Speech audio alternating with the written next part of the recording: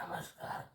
मी तुम्हाला आज एका साधूची गोष्ट सांगणार आहे. एक साधू होता. तो तपश्चर्येला एका झाडाखाली बसला. तेव्हा तो तपश्चर्येला बसला. तिथे उंदराचं पिल्लू सारखं इकडून पाय तिकडून पाय. त्या साधूला ते पिल्लू खूप आवडलं. त्याने ते धरलं, गेला घरी घेऊन. बायकोला म्हणे, आता ही आपल्याला मुलगी आहे बरं का, मी हिला मुलगी केलंय. ही उंदराचा पिल्लू आहे, पण मी याला मंत्राने उंदीर केलंय. मुलगी केली मुलगी. तेव्हा ती साधूची बायको म्हणे, बरं राहू द्या. मग ती राहिली छान दिसायला लागली. गोरी गोरी पान, मस्त मोठी झाली. मोठी झाल्यावर मग आता साधू म्हणला, आपण हिला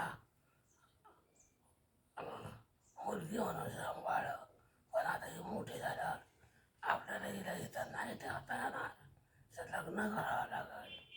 म्हणून तो साधू त्या उंदीरला म्हणतो, तुला कोणाचं लग्न करायचंय, कोणाची? उंदीर आपला साधू विचारतो. तर ते काहीच बोलत नाही. नंतर साधू म्हणतो, मी सांगतो तुला, तो एखाद्या पहाडासारख्या उंच अशा झाडाशी लग्न करायचे का?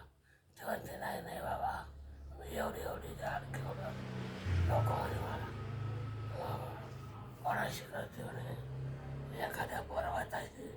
अरे बापरे, तो पर्वत मला उचलून फेकून दे. नको नको, मी नाही करायची. मग मग ते वाघाच्या, नको नको, वाघ मला 5 मिनिटात खाऊन घेईल. मग आता तूच सांग. ती सांगते, मी एका उंदराच्या वेळात राहील.